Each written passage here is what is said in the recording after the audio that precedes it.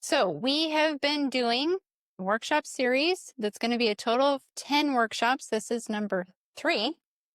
The next topic here about using technology to lighten our load because, for example, I do have a Roomba robot vacuum, right?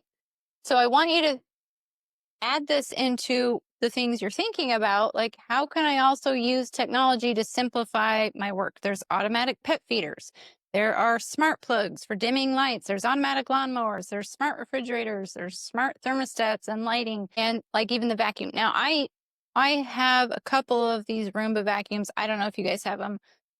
I found they work best if they are just dedicated to one room. It's less complicated for them. And then all you have to do is pick up the floor. And so turn it on. So I'll be in my office working. And while I'm working, I'm vacuuming because the robot vacuum is vacuuming. So again, one simple way to simplify to vacuum my office because my robot vacuum vacuums it. And we can't, I know that we're tempted to think like, oh, well, that's a lot and this and that and the other, but you have to start seeing these things as an investment in your time. If you buy a vacuum, you're investing in it lightening your load because then over time, think of all the hours you save vacuuming that you can now, I will literally sit in there and write my book while the vacuum does the vacuuming for me. And by the time it's done vacuuming, I've written a chapter and I figure out how to help chat edit my book. So I'm simplifying and making it faster by having chat help me. We can embrace the technology, but then we use it to live our lives that we want to live. Like we use it to lighten the load, right? We use it to free up our time. Yeah. Like Greg and I talk about, if we had a robot vacuum or robot that did all of our chores and work and everything, great. Do you know what we're going to be doing? We're going to be reading books and like learning an instrument. Greg will finally learn an instrument, like he said, that's what we're going to be doing. And I'm, for that. If it's coming anyways, that's what I'm going to do with it.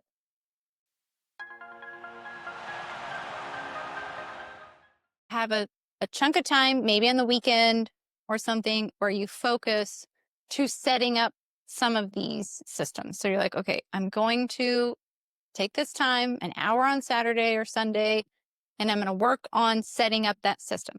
So that's a good part of the strategy of having that dedicated time to help you set up the systems so that that's an investment in saving time in the future, right?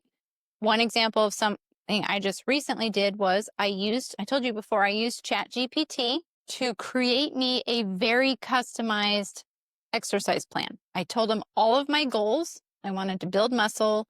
I wanted to strengthen my knee because I have a knee issue. I wanted to train for trekking to the base camp of Mount Everest because we're doing that in September. And I also told him, about the surgery I had or about, whatever. I'm trying to learn the splits. And so it has everything in there that I want to do. Well, then the problem was when I went to go work out, and if you've used chat, you know that you have this buildup of all these conversations you've been having. And now I'm like, where's my workout plan? I can't find it, right? When I go to work out. So I took an hour or two on like Saturday or Sunday, and I sat down and I took all the information she had given me and I put it in a PDF so I could print it out.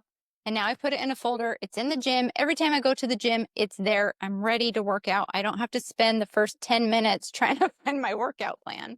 I'm just ready to go. So that's one of the things where I took this hour of power to systematize my workout schedule. So now it's easier for me to go work out. There's no question about what to do because it's all there. I've got day 1, 2, 3, 4, 5, 6, 7, including rest days. And all I have to do is now go to the gym, open it up, and I'm good to go. So that's kind of the idea of like, it's worth making the investment into setting up systems. You can find someone to hire and you want to, that's a great option as well. Because I've always viewed it that way. I don't feel bad for hiring people. I feel like I'm helping someone and they're helping me because I'm giving them work and they're helping me, do all the things I can't do, right? Or don't want to do. I'll just really quick. We did already talk about using chat. There's another one called Grok, Grok. It was created by Elon Musk. It's supposed to be less woke than chat, but you know. And then there's also Gemini, I think, which is Google.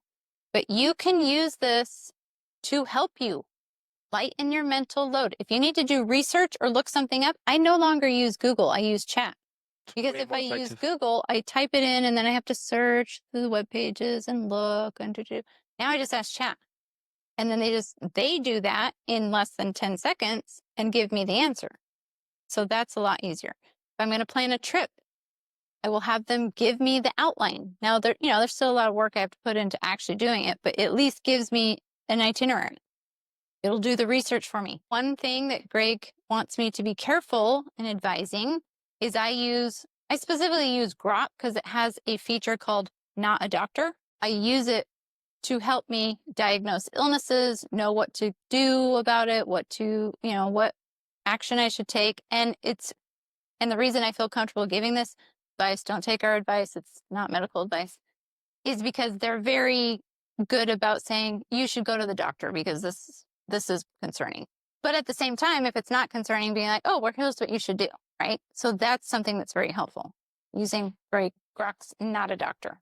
One of the things we can spend a lot of time on that I feel we don't need to spend a lot of time on is things like doctors and dentist appointments. And you might be like, what?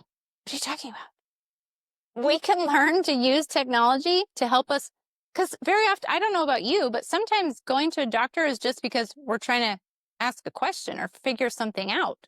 We should go to a doctor when we need to go to a doctor. But if we can figure something out on our own using technology, that saves us time because now we don't have to go through the whole process of going to a doctor.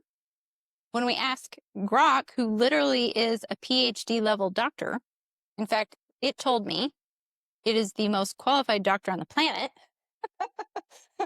because it has access to all medical knowledge currently available. So it really is the smartest doctor on the planet.